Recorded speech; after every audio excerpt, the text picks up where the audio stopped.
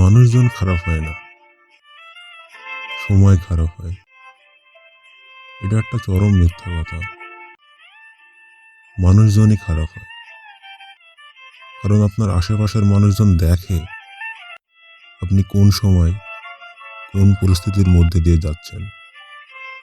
এটার উপর বেস করে মানুষ আপনাকে মূল্যায়ন করে, কারণ তারা জানে এখন আপনি তাদের কোনো ফিডব্যাক দিতে পারবেন না, তাদের কোনো উপকারে আসতে পারবেন না। এই জন্য তারা আপনাকে এড়িয়ে চলতে চায়। আবার যখন দেখে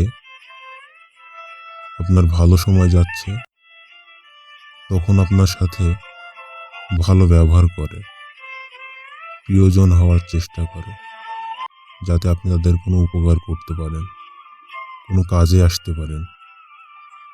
এটা হচ্ছে মানুষের ধর্ম।